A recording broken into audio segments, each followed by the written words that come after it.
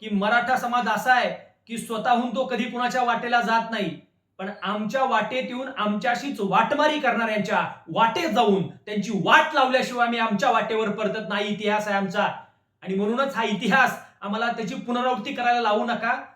विजय वडेट्टीवार साहेब, ज्यावेळेस प्रसाद देठेच्या कुटुंबियाकडे तुम्ही बघाल ना, त्यावेळेस तुम्ही ढसा ढसा रडा. जय जिजाऊ, जय शिवराय, जय शंभूराजे.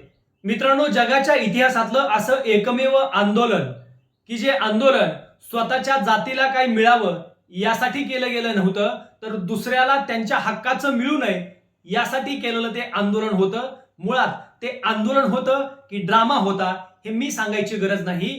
ते आंदोलन म्हणजे स्वतःला प्राध्यापक म्हणून घेणारे लक्ष्मण हाके यांचं वडीगोद्रीतलं आंदोलन. मुळात लक्ष्मण हाके हे स्वतःला धनगर समाजाचे नेते म्हणून मिरवतात. स्वतःला जरी ते धनगर समाजाचे नेते म्हणून मिरवत असले, तर आमच्या बार्शी तालुक्यामधल्या धनगर समाजानं सरसकट मराठ्यांना ओबीसी मध्ये आरक्षण मिळालंच पाहिजे या मागणीसाठी पाठिंबा दिलाय. मुळात ते स्वयंघोषित नेते आहे हे यावरून नक्कीच सिद्ध होतं.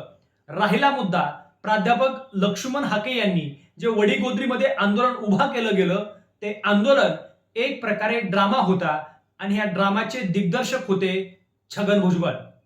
होय मित्रांनो, आजपर्यंत मराठा समाजानं मराठा संघर्ष योद्धा मनोज जरांगे पाटील यांच्या नेतृत्वाखाली अनेक आंदोलनं केली, अनेक उपोषणं केली, परंतु स्वतःच्या जातीला मिळावं यासाठी केली होती. यांना मिळू नये, त्यांना मिळू नये अशा प्रकारची ती आंदोलनं नव्हती. मुळात राहिला मुद्दा तर मराठ्यांना सरसकट ओबीसी मधनं आरक्षण मिळालंच पाहिजे या मागणीसाठीची ती आंदोलन होती. पहिला मुद्दा मी स्पष्टपणे सांगू इच्छितो की सरसकट मराठे हे ओबीसी मध्ये आहेतच.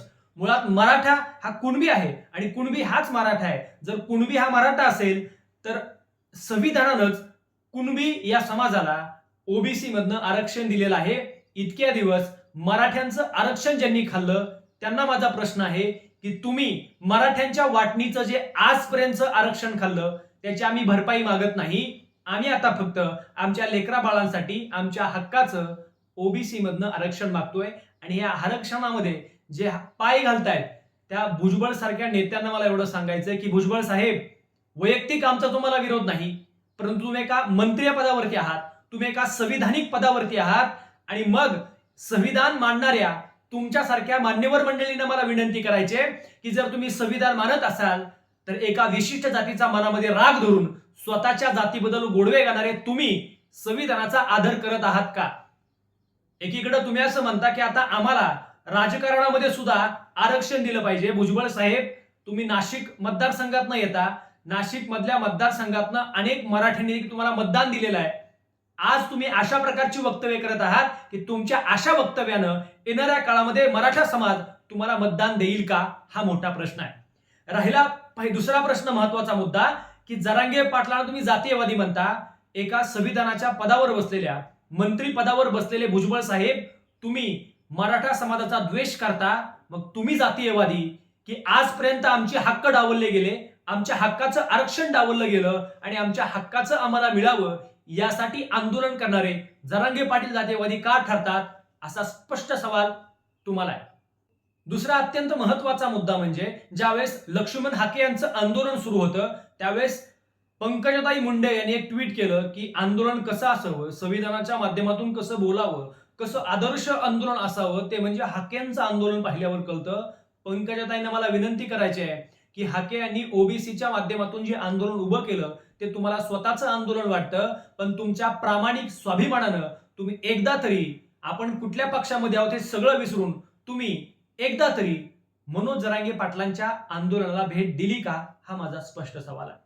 राहिला दुसरा अत्यंत महत्वाचा मुद्दा म्हणजे स्वतःला काँग्रेसचे नेते म्हणून घेणारे विजय वडेट्टीवार हे देखील ज्यावेळेस लक्ष्मण हाके यांच्या आंदोलनस्थळी गेले त्यावेळेस त्यांच्या डोळ्यातून अश्रू आले, रडले ते.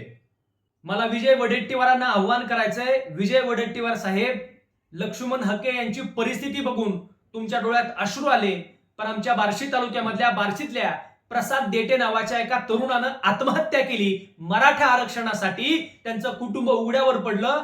विजय वडेट्टीवार साहेब, ज्यावेळेस प्रसाद देठेच्या कुटुंबियाकडे तुम्ही बघाल ना त्यावेळेस तुम्ही ढसा ढसा रडाल, परंतु दुर्दैव आहे की तुमच्यासारखे स्वयंघोषित नेते प्रसाद देठे यांच्या कुटुंबियांना भेट देत नाही, हे दुर्दैव आहे. मग जातीयवादी कोण? विजय वडेट्टीवार जातीयवादी की मनोज जरांगे पाटील जातीयवादी का भुजबळ जातीयवादी? मित्रांनो, जात जात नाही हे खरं आहे, परंतु आजपर्यंत मराठा समाजावर जो अन्याय झाला, ज्या नोंदी लपवल्या गेल्या, कुणबी असून त्या कुणबी नोंदी लपवल्या गेल्या, त्या लपवल्या गेलेल्या नोंदींचे खरे गुन्हेगार कोण आहेत, असा माझा तुम्हाला स्पष्ट सवाल आहे. मराठा समाजाची एकच मागणी आहे, जी संविधानाला धरून आहे, की मराठा समाज हाच कुणबी समाज आहे. असे अनेक पुरावे उपलब्ध असताना आजपर्यंत मराठा समाजाला का आरक्षण मिळालं नाही, याचे खरे मारेकरी कोण आहेत? आणि आज आपण असं म्हणतो की जरांगे पाटील जातीयवादी आहेत. दुर्दैव आहे मित्रांनो, की मनोज जरांगे पाटलांनी कधीच आंदोलन स्थळावरून किंवा आंदोलनाच्या ठिकाणावरून इतर जातीचा कधीच द्वेष केला नाही.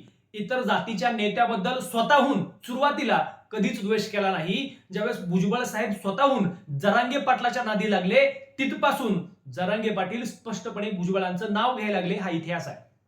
आणि म्हणून या व्हिडिओच्या माध्यमातून मला भुजबळ साहेबांना एकच हात जोडून विनंती करायची की भुजबळ साहेब, मराठा समाज हा आतापर्यंत शांतपणे पाहतोय, सगळ्या परिस्थितीवरती तो लक्ष ठेवून आहे. विधानसभेची निवडणूक येते आहे. या व्हिडिओच्या माध्यमातून मराठा समाजाला एकच विनंती करतो की मराठा समाज असा आहे की स्वतःहून तो कधी कुणाच्या वाटेला जात नाही, पण आमच्या वाटेत येऊन आमच्याशीच वाटमारी करणाऱ्यांच्या वाटेत जाऊन त्यांची वाट लावल्याशिवाय आम्ही आमच्या वाटेवर परतत नाही. इतिहास आहे आमचा. आणि म्हणूनच हा इतिहास आम्हाला त्याची पुनरावृत्ती करायला लावू नका. गुण्या गोविंदानं आपण सगळे राहता, गुण्या गोविंदानं राहा. फुले शाहू आंबेडकरांचा इतिहास आमच्या नसानसामध्ये वाहतोय, परंतु एवढीच विनंती आहे की आमच्या हक्काचं आम्हाला द्या. बाकी आमचं काही घेणं देणं नाही. एवढंच बोलतो आणि थांबतो. धन्यवाद. जय जिजाऊ, जय शिवराय.